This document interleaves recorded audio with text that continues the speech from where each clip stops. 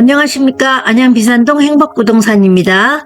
오늘은 여러분들께 5월 9일 양도소득세 중단 유예 종료에 대해서 정부의 대응 방안이 나왔는데요. 그 부분에 대해서 여러분들께 다시 한번 정확하게 내용을 말씀드리겠습니다. 중요한 또 체크리스트가 있어서 그거를 좀 정확하게 알고 진행하셔야 될 것 같아서 여러분들께 한번 말씀드리겠습니다.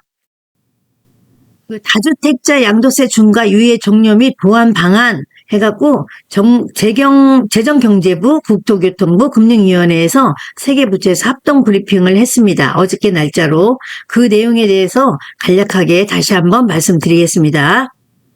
내용을 보시게 되면 양도소득세 중과 유예 종료 및 재개 확정 이렇게 나와 있습니다. 그래서 유예 종료 시점은 다들 아시겠지만 26년도 5월 9일입니다. 그래서 기존의 일몰기한 예정대로 종료를 하겠다. 이런 내용으로 계속 말씀하고 있죠. 네, 그리고 중과 재개 시점은 이제 다음 날부터 중과가 되는 거죠. 5월 10일부터. 그동안에 4년 만에 다시 시행하는 겁니다.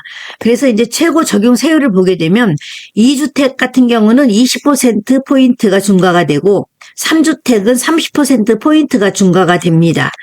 네, 그래서 다주택자가 조정지역에서 양도했을 때만 해당이 됩니다. 그래서 최고 세율을 30% 최고 세율을 하게 되면 82.5%까지 지방세 포함해서 이렇게 양도세를 중과를 시킵니다. 그렇게 되면 거의 다 양도 차액에 대해서 거의 다 양도세로 내야 된다는 결론이죠. 네, 그렇게 되고 그 다음에 이제 다주택자가 예를 들어서 조정지역이 아닌 비조정지역에 있는 주택을 양도한다. 그럴 때는 중과 대상은 아닙니다. 중과 대상은 아니기 때문에 그것도 신경 써야 돼요. 이제 어느 분은 이제 저한테 이제 질의를 한번 해오셨는데요. 과천에 이제 일반 아파트가 있어요.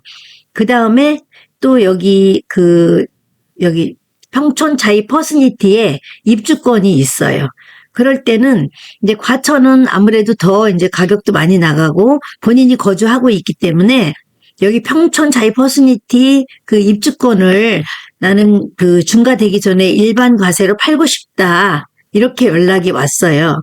그런데 거기에 이제 팔고 싶다고 팔 수 있는 상황이 아니잖아요. 지금 재건축이 진행되고 있는 데는 조합 설립 인가 후에는 전매가 금지잖아요. 그렇기 때문에 아예 팔 수가 없어요. 일반 과세고 중과세고 그걸 떠나서 그거보다 먼저 해야 될 게 조합 설립 인가가 된 재건축 단지는 여기가 투기 과열지구이기 때문에 전매가 안 돼요. 그렇기 때문에 집이 두 개라 하더라도 다주택자라 하더라도 이 입주권은 팔 수가 없죠. 금지가 돼서. 그렇게 팔 수가 없다고 말씀을 드렸더니 아니 일반 과세로 내가 5월 9일 전에 일반 과세로 세금을 내고 팔겠다 이렇게 말씀하시는 거예요. 그 이전에 세금을 내고 안 내고는 그거는 이제 팔았을 때 얘기고 요거는 아예 전매가 아예 안 됩니다. 더더구나 예외적으로 팔 수 있는 게 10년 보유, 5년 거주자의 입주권 하나만 있을 때는 예외적으로 풀어줬지만 그 외에 2개가 있거나 3개가 있거나 절대 안 되죠. 그렇기 때문에 아예 일반 과세, 중과세 그 이전에 아예 전매가 안 됩니다. 그 점도 알고 계셔야 될 것 같아서 말씀드립니다.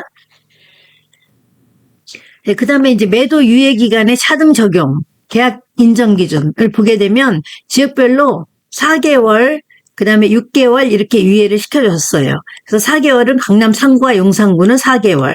그 다음에 신규 조정 대상 지역, 이제 4개구 빼고 그 외에 서울 지역에 21개구가 있죠. 거기다가 경기 12개 지역 합해서 그 지역은 이쪽에 4개월 플러스 2개월 해서 6개월까지 이렇게 연장을 해줬어요.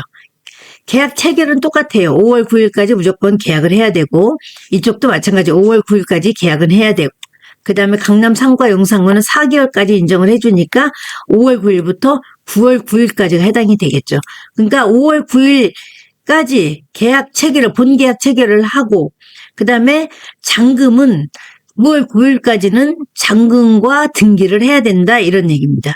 그래서 여기는 4개월을 줬고 여기는 6개월이면 여기는 11월 9일까지가 해당이 되겠죠. 그래서 6개월까지는 등기와 잔금을 해야 된다 이런 내용입니다. 예. 이 내용이 정확하게 숙지를 하셔야 돼요. 그래서 5월 9일에 이 내용은 또 가계약 상태가 아니라 이제 정상적인 본계약을 말씀드리는 겁니다. 그 다음에 이제 무주택자 보호 조치 및 3대 유예 방안을 보게 되면 실거주 의무를 유예를 시켜줬어요. 여기를 보게 되면 이제 실거주 의무를 유예를 시켜줬다 이런 내용인데 토지거래 허가 구역에 있는 아파트는 무조건 본인이 실거주 하겠다고 해야 이 허가가 나잖아요. 그렇기 때문에 본인이 세를 끼고 갭 투자를 할 수가 없어요.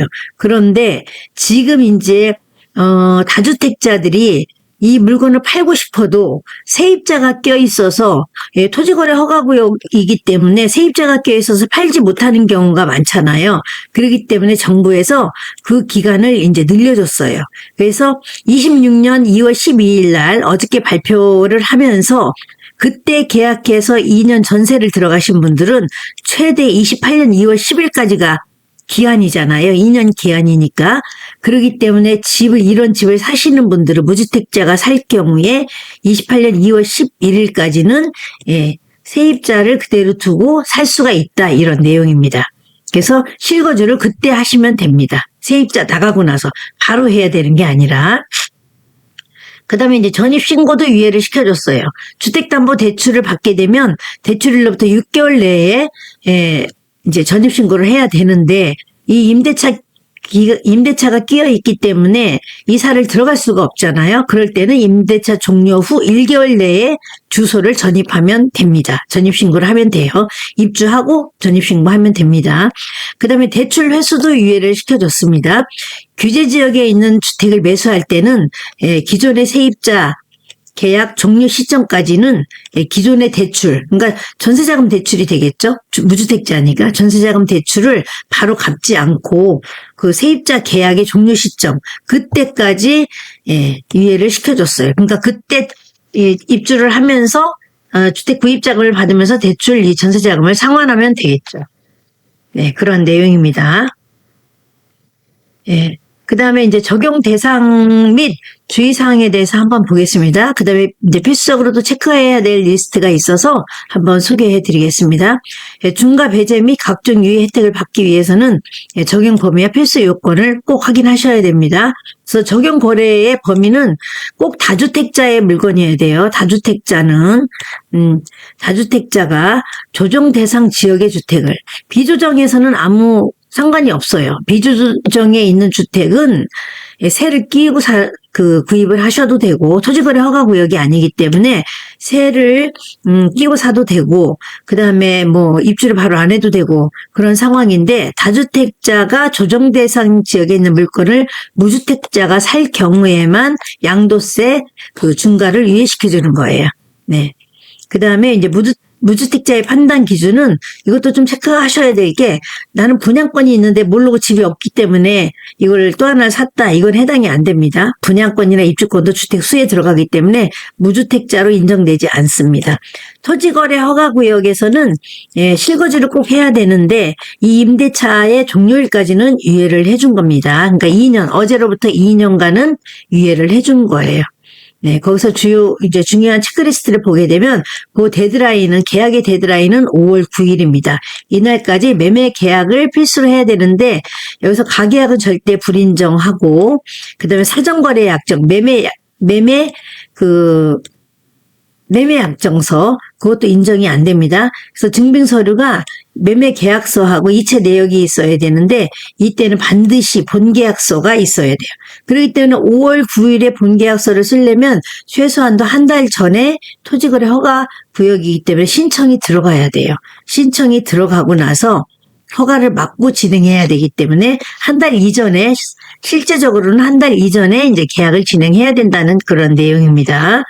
그래서 이게 82, 이걸 어겼을 때는 82.5%가 즉시 적용된다. 이런 내용입니다. 그 5월 9일에 양도소득세 중과 유예에 대한 대책 방안을 좀 체크해야 될 부분을 여러분들께 말씀드렸고요. 이제 우선은 양도소득세를 중과를 피하기 위해서는 일단 우선적으로 해야 될 거는 주택 수를 줄여야 되는 거죠. 그렇기 때문에 주택 수를 줄일 때는 그럼 어떤 걸 먼저 팔아야 되느냐가 또 문제가 되잖아요. 그럴 때는 이제 좀 가격이 양도 차액이 일단 적은데 외곽 지역, 그다음에 지방주택, 그다음에 비조정 지역 이런 순으로 해서 먼저 주택 수를 줄이고 그다음번에 이제 그 보유하고 있는 그 아파트는 최종적으로 한 채를 보유해야 된다 이런 내용입니다. 그래서 이제 그 외에 조정지구가 아닌 비조정 지역에 있는 그 주택을 팔 때는 5월 9일 꼭 지키지 않아도 돼요. 예, 꼭 무주택자한테 팔지 않아도 돼요. 예, 조정에 있을 때만 해당이 되는 겁니다. 그 부분도 정확하게 알고 계셔야 됩니다. 그래서 이런 내용에 대해서 궁금하신 사항이나 더 필요한 사항이 있으면 안양 비산동 행복부동산에 연락 주시면 상세하게 안내를 해드리겠습니다. 감사합니다.